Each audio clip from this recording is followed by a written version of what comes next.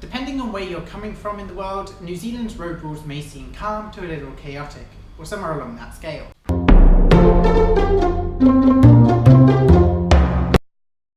Now, the first and most important rule about driving in New Zealand is that they drive on the left-hand side of the road.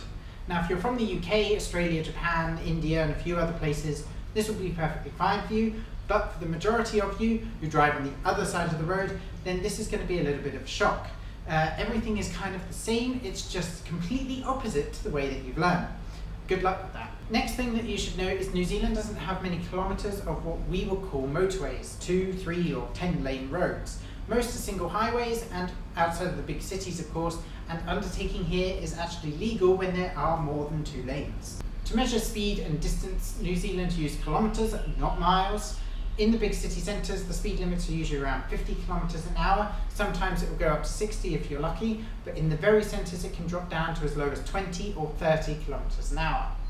On the state highways, the average speed limit is 100, however this can drop down to 80 or some advisory speed limits can be put into place depending upon the condition of the road. On these state highways, since they're used by trucks and buses and such, there are passing bays and lanes, especially if it's hilly. Now, if you're holding up traffic, the best thing that you can do is pull over either into a lane or a bay. It will say something like, keep left unless passing. You pull over left and let everyone pass you, and trucks and heavier vehicles will pull over to the left to let you pass as well. All the normal road rules apply, of course, here. Lights on at night, no drink driving, don't speed. Now, when we were driving around, we never actually saw many speed cameras. I don't even think we saw one. However, there are a lot of police cars with speed guns. They will catch you if you are speeding. Also, you must never overtake when there is a solid yellow line in the middle of the road. Never. Also, something to bear in mind, lots of the state highways pass straight through smaller towns, and people's driveways exit onto these main roads, and as you'll learn, these people, or the locals, don't actually look when they're reversing out onto the main roads, so just be vigilant because they're not at all.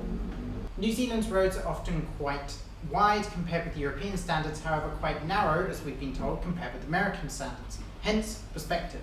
Also, their smaller roads are quite often not tarmacked and usually filled with gravel. Also, when you come across traffic lights in New Zealand, it can be a little confusing as sometimes they have arrows directing which way can go and which way cannot. Sometimes you can turn left with ignoring the traffic lights completely. If you do want a more detailed description, our blog will explain all about the traffic light situation down below, so go and check that out as well. Especially after traffic lights, if there are multiple lanes, then sometimes these can go from 3 lanes into 1 within about 100 meters, and there's no warning whatsoever. So you've kind of got to just filter yourself through and figure it out yourself. And animals have priority over cars at all times on the road, so if there's sheep on the road, you have to wait for it to cross before you go. If you know any other driving rules that you think everyone should know about New Zealand, then leave them in the comments below.